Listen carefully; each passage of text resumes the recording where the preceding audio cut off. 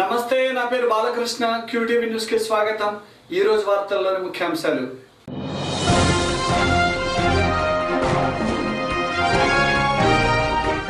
కనీస వేతనాలు చెల్లించాలని కోరుతూ రాష్ట్ర వ్యాప్తంగా ధర్నా చేపట్టిన కాంట్రాక్ట్ ఉద్యోగులు.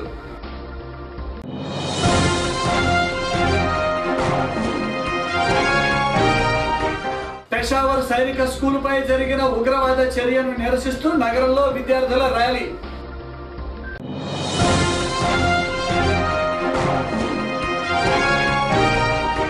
స్థానిక మల్లారెడ్డి నగర్లోని అయ్యప్ప స్వామి దేవాలయంలో నేడు ఘనంగా 18 మెట్ల ప్రతిష్టాపన. ప్రభుత్వ పథకాలలో విధులు నిర్వహిస్తున్న ఉద్యోగులు తమకు కనీస వేతనాలు చెల్లించాలని కోరుతూ స్థానిక కలెక్టరేట్ ఎదుట ధర్నా నిర్వహించారు. అధిక సంఖ్యలో అంగన్వాడీ కార్యకర్తలు, ఐకేపీ యానిమేటర్లు, మధ్యాహ్న భోజన పథకంలో విధులు నిర్వహించే కార్మికులు ఈ ధర్నాలో పాల్గొన్నారు. తమకు రిటైర్మెంట్ బెనిఫిట్స్ కల్పించి వేతనాలు పెంచాలన్నారు. అకారణంగా తమపై జరుగుతున్న రాజకీయ వేధింపులను తక్షణమే నిలిపివేయాలని వారు డిమాండ్ చేశారు. ఈ సందర్భంగా మీడియాతో సిఐటియు రాష్ట్ర ఉపాధ్యక్షురాలు పి రోజా మాట్లాడారు. రాష్ట్ర వ్యాప్తంగా అన్ని జిల్లాల కలెక్టరేట్ల ఎదురు నేడు ఈ ధర్నాను నిర్వహిస్తున్నామన్నారు.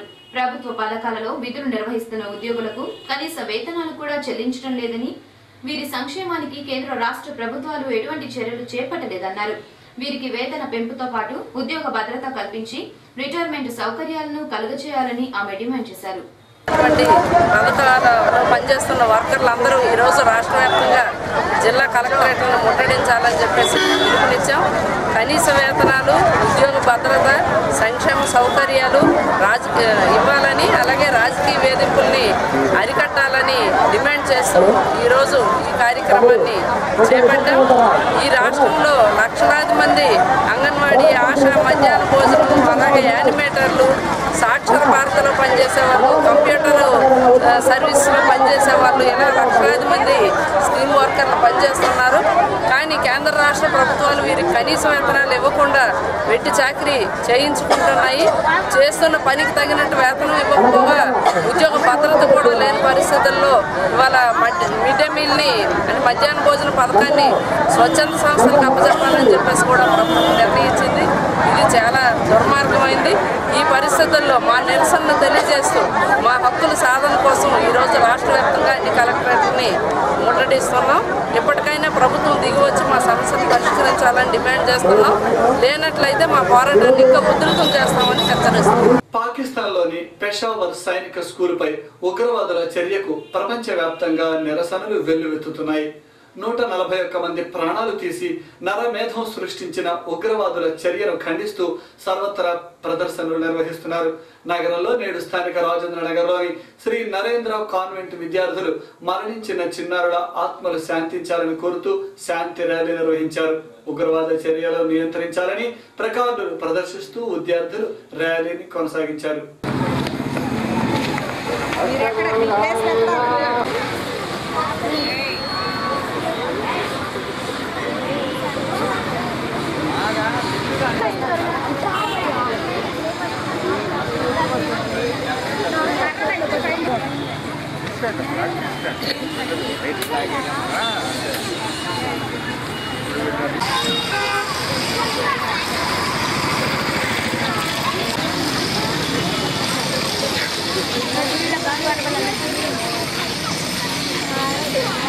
అయ్యా వెళ్ళి మైకుల్లో మొక్కుల్లో పెట్టండి.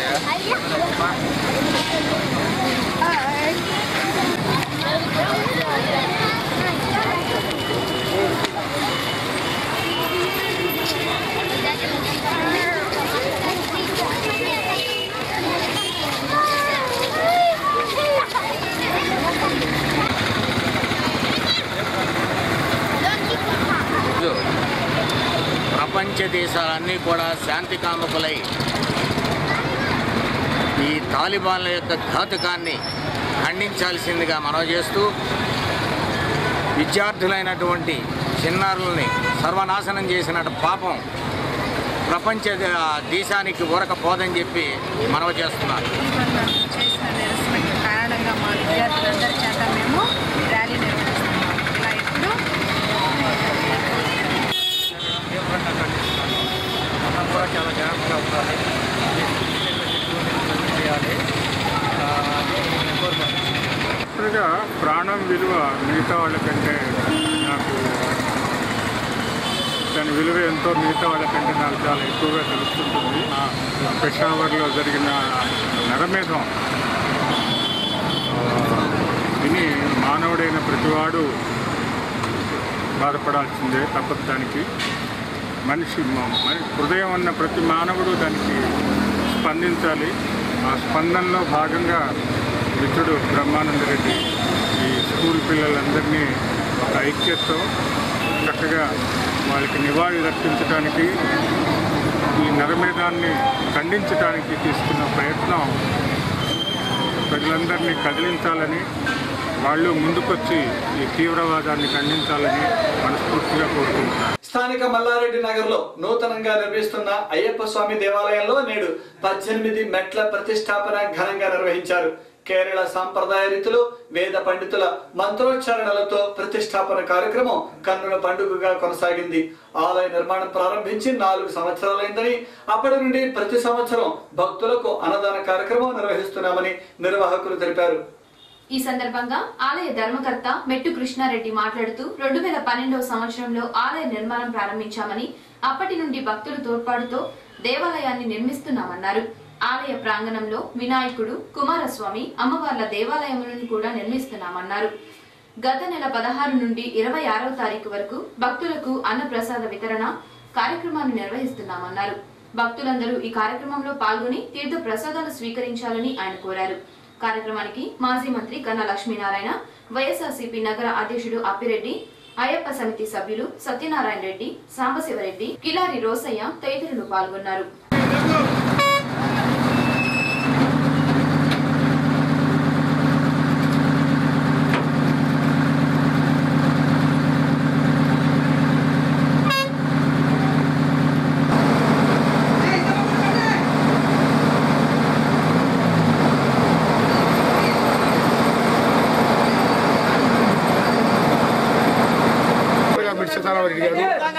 నేను కలిసి దాదాపు సుమారు 3500 గజాలు అయ్యప్ప స్వామికి గుడికి దాదాపు 2012వ సంవత్సరంలో ఈ గుడి శంకుస్థాపన చేశాం. అక్కడి నుంచి దినదాపులు చెందుతూ అందరూ అయ్యప్ప స్వామి భక్తులు, మామూలు భక్తులు అందరూ సహకారంతో ఈ దేవస్థానం నిర్మిస్తున్నాం. ముఖ్యంగా ఈ రాయికి మన కిలా రోషి గారు మరి ఆయన అయ్యప్ప స్వామి ఎల్లవేళ ఆశీర్వదించాలని కోరుతున్నాము. ఆయన ఈ రాయి శంకుస్థాపనకి వచ్చారు, చాలా ఆనందంగా ఉంది. ఇంకా ఈ గుడి అభివృద్ధికి అన్నదానం దాదాపు ఇప్పుడు 3 సంవత్సరాల నుంచి 4వ సంవత్సరం ఇది అన్నదానం చేస్తున్నాం. రోజు 1000 మంది కాడికి 41 రోజు ఇదే సంవత్సరం. ఈ సంవత్సరం కూడా ఇంకా ఆఖరి రోజు ఈ నెల 26 డిసెంబర్ 26 దాకా అన్నదానం జరుగుతూ ఉంది. అయ్యప్ప స్వామి భక్తులు, మాల ధరించిన భక్తులు, వెంకటేశ్వర స్వాములు, ఆంజనేయ స్వాములు, మరి మాల ధరించిన స్వాములు అందరూ దీంట్లో పాల్గొని ఈ ఆనందం చేస్తున్నారు. అంటే మెట్టి సీతారామరెడ్డి గారి పుణ్య దంపతుల గర్భాన్ని జన్మించిన మెట్టి కృష్ణారెడ్డి గారు, వారి తండ్రి గారు మెట్టి సీతారామరెడ్డి గారు కలిసి ఇక్కడ స్థలం ఈ అయ్యప్ప స్వామి గుడి నిర్మాణానికి ఇచ్చి, ఈ గుడి నిర్మాణంలో వారే ముఖ్య పాత్ర పోషిస్తూ ఎవరు సందాలు ఇచ్చినా ఇవ్వకపోయినా కూడా వాళ్ళే వారే ముఖ్యదాతలుగా ఉంటూ మిగతా స్వాములందరి సహకారంతో ఈ స్వామివారి గుడి నిర్మాణం జరుగుతుంది.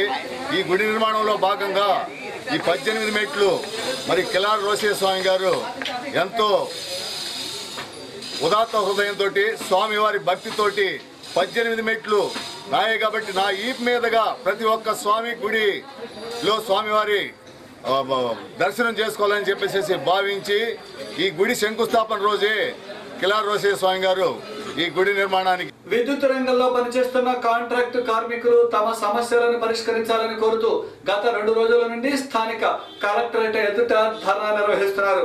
తమకు 3వ పార్టీ ద్వారా కాకుండా నేరుగా సంస్థ నుండే వేతనాలు అందించాలని, సమాన పనికి సమాన వేతనాలు చెల్లించాలని వారు డిమాండ్ చేస్తున్నారు. అంతేకాకుండా కాంట్రాక్టు ఉద్యోగులను క్రమబద్ధీకరించాలని కూడా వారు కోరారు.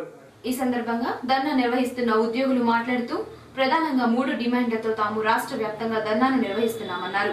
సంవత్సరాల తరబడి నామమాత్రపు వేతనాలతో విధులు నిర్వహిస్తున్నా తమ సంక్షేమానికి ప్రభుత్వం ఎలాంటి చర్యలు తీసుకోలేదన్నారు. కాంట్రాక్టు ఉద్యోగులను క్రమబద్ధీకరించి సంస్థ నుండి నేరుగా వేతనాలు అందజేయాలని వారు డిమాండ్ చేశారు.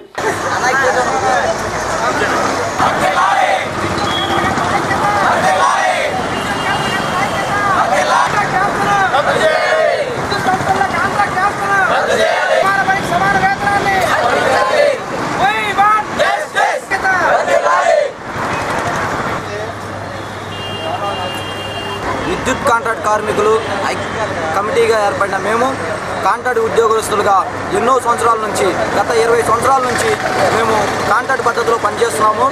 మాకు కనీస వేతనం కావాలని కూడా మేము అడగటం లేదు. మాకు మెయిన్ కాంట్రాక్ట్ పద్ధతిని తొలగించమని బోర్డు నుంచి శాలరీ కావాలని అందరినీ మేము కోరుకుంటున్నాము. దాని తరపు నుంచి మేము 15వ తారీఖు నైటు 12 గంటల నుంచి మేము స్ట్రైక్ రావడం జరిగింది. దాని తరపు నుంచి మాకు పైనుంచి స్పందన సరిగ్గా రావడం లేదు.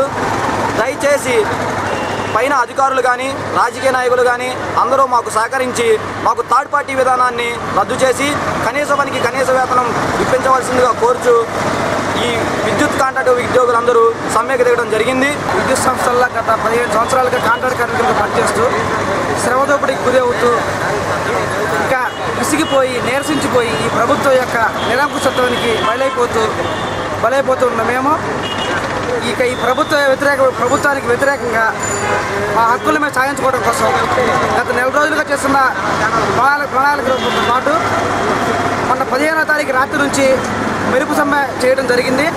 ఈ మెరుపు సమ్మెలో భాగంగా నిన్న విజయవాడ జింకానా గౌన్స్లో మొన్న 2 రోజుల నుంచి భారీ బహిరంగ సభలతో మనసును వ్యక్తం చేశాము. అయినా కానీ యాజమాన్యం నుంచి ఎలాంటి స్పందన కరువైంది. అందువల్ల ఈ సమ్మెను మేము ఇదే విధంగా ఈ పోరాటాన్ని కొనసాగించాలని QTV న్యూస్లో ఇప్పటికే చిన్న విరామం.